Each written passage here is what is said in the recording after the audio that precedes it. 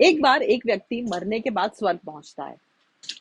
स्वर्ग में तरह तरह के सुखों का भोग करता है और कुछ दिन तो उसे बड़ा आनंद आता है। लेकिन कुछ समय बाद उसे थोड़ा बोर लगने लगता है वहां पर। सोचता है क्यों ना कुछ काम ढूंढ लिया जाए यहाँ पर। काम मांगने के लिए भगवान के पास जाता है। भगवान कहते हैं कि ऐसा करो, तुम अपना समय व्यतीत करने के लिए मेरी चिट्ठियों के काउंटर वाले ऑफिस में चले जाओ, वहां कुछ काम ढूंढ लेना। प्रभु आज्ञा लेकर चला जाता है। जब जाता है तो उसे बड़ा ही विचित्र दृश्य वहां देखने को मिलता है।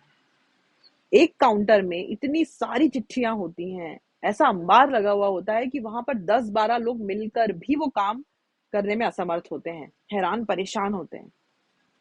दूसरे काउंटर पर चिट्ठियों का नंबर, जो संख्या होती है, वो थोड़ी कम होती है। लोग भी वहां पर कम होते हैं और कुछ ठीक ठाक ढंग से उनका काम चल रहा होता है। और तीसरे काउंटर पर मुश्किल से एक दो चिट्ठी होती है, इसलिए वहां बैठने वाला व्यक्ति कुछ देर वहां बैठता है, फिर घूम घाम के आता है, फिर एक आध चिट्ठी खोलता है, फिर घूम घाम कर आता है।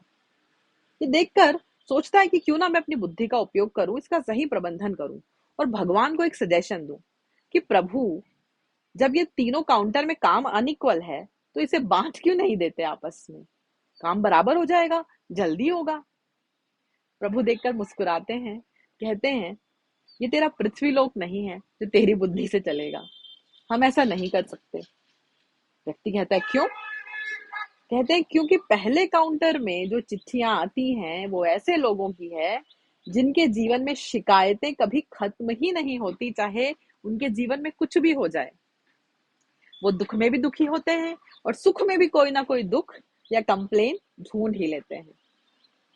तो असंख्य चिट्ठियां आती हैं ऐसी। दूसरा काउंटर वो ऐसे लोग जो कभी कभार सुख में भी सुखी हो जाते हैं और मुझे धन्यवाद दे देते हैं। और तीसरा काउंटर उन लोगों का है जो बिना किसी कारण, चाहे सुख हो चाहे दुख हो, चाहे जीवन में कैसी भी परिस्थिति हो, मेरा स्मरण करना नहीं भूलते, मुझे धन्यवाद देना नहीं भूलते। तो ऐसे लोगों को मैं कैसे भूल सकता हूँ? क्योंकि गिनती के एक दो ही होते हैं, तो उनका नाम सदैव मेरे मुख पर होता है, सदैव मेरे स्मरण में होता है। और जब मेरे स्मरण में होता है तो दुख उनको छू भी कैसे सकता है। और इसीलिए शायद कहा गया है कि दुख में सुमिरन सब करें, सुख में करे न कोई, जो सुख में सुमिरन करे तो दुख काहे को होए।